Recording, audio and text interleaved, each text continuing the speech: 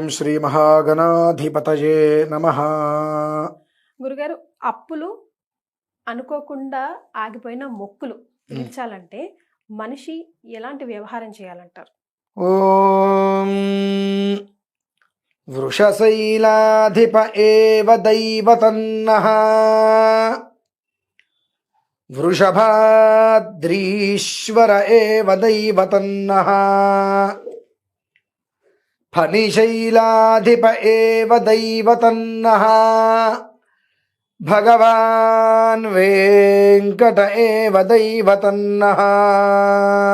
ఏడుకొండలవాడు, ఆపద మొక్కులవాడు, అనాథ రక్షకుడు రసి శ్రీనివాసుడు. కలవు వైకుంఠ, కలియుగ వైకుంఠము తిరుమల. అలానే ప్రపంచ ఆధ్యాత్మిక రాజధాని ఏదైనా ఉంది అంటే తిరుమల మాత్రమే. ఆ స్వామివారికి చేసేటువంటి కొన్ని ప్రక్రియలు ఉంటాయమ్మా. ఆ ప్రక్రియ వచ్చినప్పుడు కొన్ని అనుసంధానాలు కలిసినప్పుడు మనం ఇంట్లో చేయటమా, లేదంటే ఏదైనా వెంకటేశ్వర ఆలయంలో చేయటమా, ఇవన్నీ కాదు. తిరుమల వెళ్దాం ఒక్కసారైనా. ఆ యోగాలు కలిసి రావటం అదృష్టం. ఆ వచ్చినటువంటి అదృష్టాన్ని మనం స్వీకరించగలుగుతున్నామంటే మనమే భాగ్యవంతులం అనుకోని కనుక తిరుమల వెళ్ళైనా సరే ఒక చిన్న ప్రక్రియని కనుక వాళ్ళు కనుక నిర్వర్తించినట్లయితే ఏంటి గురుగారు? జీవితకాలంలో మీరు అడిగినటువంటి ఈ మొక్కు అప్పు, అంటే ఈ మొక్కు అప్పు అనే కాకుండా ఆటంకాలు, అగచాట్లు, అవమానాలు, అపనిందలు, అన్యాయములు, వీటిల నుంచి కూడా వీరు పూర్తిగా పరిపూర్ణంగా బయటపడతారు. ప్రతి మనిషి భయపడేది అప్పుకే, ప్రతి మనిషి భయపడేది అనారోగ్యం, ప్రతి మనిషి భయపడేది ఏదన్నా సమస్య వస్తే అంటారు మొక్కు వేసుకుంటారు, మర్చిపోతూ ఉంటారు. పెద్దవాళ్ళ అనుమతి లేకుండా మొక్కేటువంటి మొక్కు కాదు. అవునా గురుగారు? మన పెద్దవాళ్ళు మన గురించి మొక్కుకోవాలి. వాళ్ళ అనుమతి లేకుండా మనం మొక్కుకునేటువంటిది మొక్కు కాదు. కానీ ధర్మం అనేటువంటిది ఒకటి ఉంటుంది. అది భగవంతుడికి మనం రుణపడ్డట్టే. ఒక మాట ఇచ్చాము ఆయనకి, ఏదో ఒక రూపంలో ఆ మాటను మనం నెరవేర్చుకోవాలి. ఇవాళ రేపాయిలు ఉండ అనేటువంటిది. అంటే మనం ఎవరికైనా ఒక మాట, మనకి ఎవరైనా ఒక మాట ఇస్తున్న మాట ఇచ్చి మాట తప్పద్దు అంటాం చూసారు. అలానే ఒక మాట ఇచ్చాం భగవంతుడికి, ఆ మాటను ఏదో ఒక రూపంలో నువ్వు నెరవేర్చుకోవాలి. నెరవేర్చుకోకపోతే ఆయన నీ కొన్ని సమస్యల్ని చూపిస్తూ ఉంటాడు. అది మనం గ్రహించాలి. ప్రతి దాంట్లో ఆటంకాలు ఎదురుతున్నాయి, ప్రతి దాంట్లో తిప్పలు తప్పట్లేదు. మనకు కష్టపడుతున్న అన్యాయమే మనకు ఎదురవుతుంది. మనం ఎవరికి న్యాయం చేసినా తిరిగి మనకు అన్యాయమే వస్తుంది.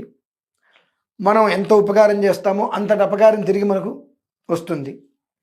అపనిందలు ఏం చేయాలి? దాని నుంచి దేని నుంచి బయటపడలేకపోతున్నాం. అటువంటిప్పుడు ప్రతి శ్రవణ నక్షత్రం వచ్చినప్పుడు, ప్రతి శ్రవణ నక్షత్రం వచ్చిన నెలకు ఒకసారి శ్రవణ నక్షత్రం వస్తూనే ఉంటుంది. ఆ వచ్చినప్పుడు వెంకటేశ్వర స్వామి వారికి ఒక రకమైన ఆరాధన చేయటం. శ్రవణ నక్షత్రము అష్టమి సోమవారం. ఈ యొక్క కలియుగంలో భారతదేశమునందు లేదంటే మన తెలుగు రాష్ట్రాల్లో ఉన్నటువంటి ఒక అదృష్టవంతులో భాగ్యవంతులు తెలియదు కానీ అమ్మా, ఇప్పుడు ఏదైతే మనం 3 అనుకున్నామో ఈ 3 21 తారీఖు వచ్చింది. 21 తారీఖు ఏప్రిల్ 21. అష్టమి శ్రవణ నక్షత్రము సోమవారం. సోమాష్టమి శ్రవణాష్టమి, సోమాష్టమి శ్రవణాష్టమి, ఇందు శ్రవణం. ఇందువారం అన్నా అంటే సోమవారం అన్నా శ్రవణ నక్షత్రం అన్నా మళ్ళీ ఒకటే. సోమవారం చంద్రుడికి ప్రీతి, అష్టమి చంద్రుడికి ప్రీతి, శ్రవణ నక్షత్రం చంద్రుడికి ప్రీతి. అలాగే ఈ 3 కలిసి వెంకటేశ్వర స్వామికి చాలా ప్రీతి. శ్రవణ నక్షత్రం ఆయన జన్మ నక్షత్రం. ఆ రోజు నాడు అంటే మేమైతే ఒక ప్రక్రియ చేస్తున్నాం, అదే చేయమని చెప్పట్లా. అవకాశం ఉంటే అందులో పాల్గొనొచ్చు, లేదు ఇంటి దగ్గర వాళ్ళ కనుక భాగ్యం ఈ రకంగా చేసుకోవడానికి అవకాశం ఉంటే తూచా తప్పకుండా ఖచ్చితంగా చేసి తీరాల్సిందేనమ్మా. చేసి తీరగలిగితే ఒక రకమైనటువంటి దోషాలు నిర్వీర్యమవుతాయి. లేదు మేము చేసిన విధానంలో వచ్చి కనుక అక్కడ కూర్చొని చేయగలిగితే సప్త వ్యాధ సప్త జన్మ కృతం పాపం వ్యాధి రూపేణ, 7 జన్మలుగా మనం అనుభవించేటువంటి పాపాలు ఏవైతే ఉన్నాయో గడిచినటువంటి 3 జన్మలు, గడవలసిన 4 జన్మలు ఉంటాయి. వీటి నుంచి అనుభవించేటువంటివి ఏవైతే ఉంటాయో వాటి నుంచి పూర్తిగా ఆ జీవుడు బయటపడతాడు.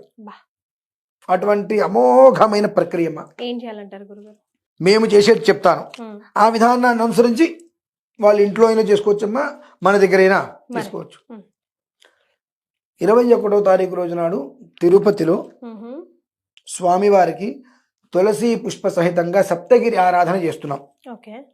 అంటే వెంకటేశ్వర స్వామివారిది పంచలోహాల విగ్రహం. ఆ విగ్రహాన్ని స్వామివారికి అర్చన చేసుకొని తులసి దళాలతో ఆరాధన చేసి అనంతరం స్వర్ణ పుష్పాలతో అర్చనమ్మ. 108 బంగారపు పూలతో స్వామివారికి అర్చన చేయటం. చేసిన తర్వాత ఇవి 7 నాణెములను ఉంటాయి స్వామివారికి సంబంధించి. ఆ 7 నాణాలు ఏవైతే ఉంటాయో మనకి ఇప్పుడు మామూలుగా నేను ఒక 10 మందితో వెళ్తాను అనుకోండి, 10 మందికి 10 70, అంటే ఒక్కొక్కరికి 7 నాణెములు. ఎంతమంది అయితే అందరూ పాల్గొంటారో, ఇప్పుడు నేను నా నుంచి ఒక 10 మంది వెళ్ళామనుకోండి, ఒక 70 నాణెములు. మనిషికి 7 నాణెములు లెక్కన. ఇప్పుడు నేను నా పరిసరాల్లో కొంతమంది ఉన్నారు, వాళ్ళు నాతో రావచ్చు రాలేకపోవచ్చు. ఈ 10 మంది పేరు మీద నేను వెళ్ళి చేయటం 70 నాణెములు.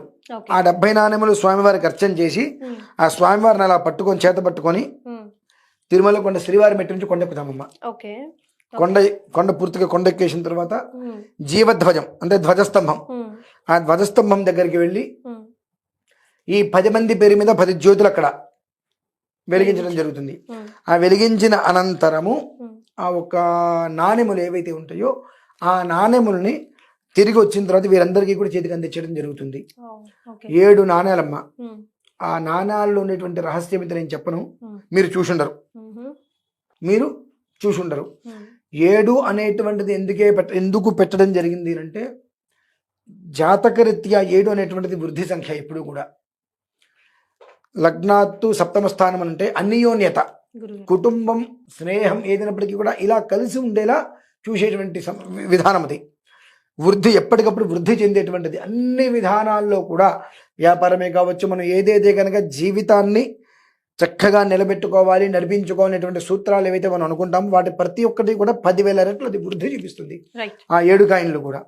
కాబట్టి ఆ 7 నాణాలు ఏవైతే ఉంటాయో అవన్నీ అర్చన చేసిన తర్వాత వాళ్ళకి ఇవ్వడం జరుగుతుంది. ఒకవేళ ఎవరైనా కనుక తిరుపతి వస్తే 11:30కి శ్రీవారి మెట్టు దగ్గర మేము ఉంటాం. వారి స్వహస్తాలతో సువర్ణ పుష్పం అర్చన చేయొచ్చమ్మా. స్వర్ణం పవిత్రమమలం స్వర్ణం పాప ప్రణాశనం స్వర్ణం హి శంకరం యస్మాత్ అతశాంతిం ప్రయచ్చమే.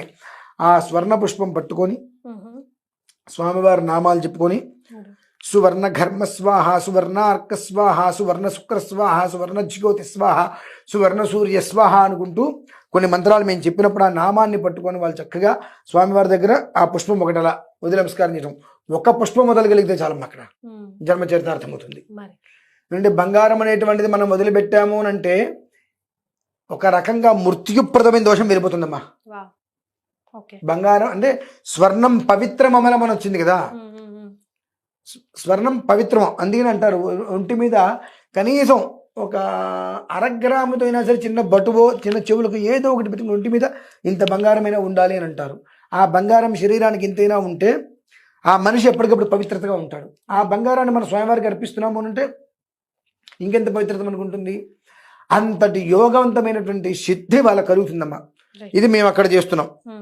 అక్కడికి రాగలిగి మాతోటి ఉండి ఆ విధానాన్ని అర్చించుకొని శ్రీనివాస గోవింద, శ్రీ వెంకటేశ గోవింద అనుకుంటూ గోవిందనామాలతో, ఇంకోటి పాలయ గోవింద, శేషాచలపతి గోవింద, వెంకటరమణ సంకటహరణ, వెంకటరమణ సంకటహరణ తవచరణ అనుకుంటూ స్వామివారి నామాన్ని కీర్తించుకుంటూ కొండ మీదకి వెళ్ళి చేసినటువంటి ప్రక్రియలో ప్రతి ఒక్కరూ పాలు పంచుకోవాల్సిందిగా నేనైతే పేరున చెబుతున్నా. అక్కడికి రాలేని వాళ్ళు ఉంటారు, పరోక్షంగా అందులో పాల్గొని తిరిగి వచ్చిన తర్వాత ఆ నాణెములు వాళ్ళకి ప్రసాదంగా ఇవ్వడం జరుగుతుంది. ఇది రేపు శ్రవణ నక్షత్రం నాడు పర్టిక్యులర్గా చేసేటువంటి ప్రక్రియ. ఇలా కాకుండా ప్రతి శ్రవణ నక్షత్రము వచ్చినప్పుడు చక్కగా ఇంట్లో గోడకి పసుపు రాసేసి నామాలు పెట్టేసుకొని అక్కడ స్వామివారికి దీపారాధన, వెంకటేశ్వర స్వామి దీపారాధన అంటారు కదా, దీపారాధన పెట్టుకొని గోవిందనామాలతో అర్చన చేసుకొని కొబ్బరికాయ చరిమిడి నైవేద్యం పెట్టుకోగలిగితే ప్రతి శ్రవణ నక్షత్రం వస్తున్నాడు చూస్తారమ్మా, అపరిమితమైన వృద్ధి కలుగుతుంది. ఆ వృద్ధి మనం చూసి ఆశ్చర్యపోతాం. ఆ వృద్ధి మనకు కలగాలి అంటే మనం ఏదైతే మొక్కులు మొక్కుకుని ఉన్నాము, మాట ఇచ్చి ఉన్నాము, ఇటువంటివి తెలిసో తెలియకో చేసినటువంటివి మనిషిని కుదిపేస్తూ ఉంటాయి. అటువంటి దాని నుంచి పూర్తిగా బయటపడాలి ఒక్కసారి. రైట్. ఆ పడగలిగే ప్రయత్నం చేసి ఆ అదృష్టాన్ని మనం స్వీకరించుకొని ఆ 7 కాయిన్లు ఇంట్లో పెట్టుకొని ప్రతి నెల శ్రవణ నక్షత్రం వచ్చినప్పుడు ఆ 7 కాయిన్లకి అర్చన చేసుకోండి. స్వామివారికి అది నామం పెడతారు కదా, ఆ నామం పెట్టిన తర్వాత కింద 7 కాయిన్లు చక్కగా పెట్టుకొని అర్చన చేసుకోగలిగితే అంతకు మించినటువంటి ముక్తి, మోక్షం, భాగ్యం నాకైతే కలియుగంలో కనిపించట్లేదమ్మా. రైట్. అదే విషయం. చాలా సంతోషం గురుగారు, ధన్యవాదాలు. పరమేశ్వర.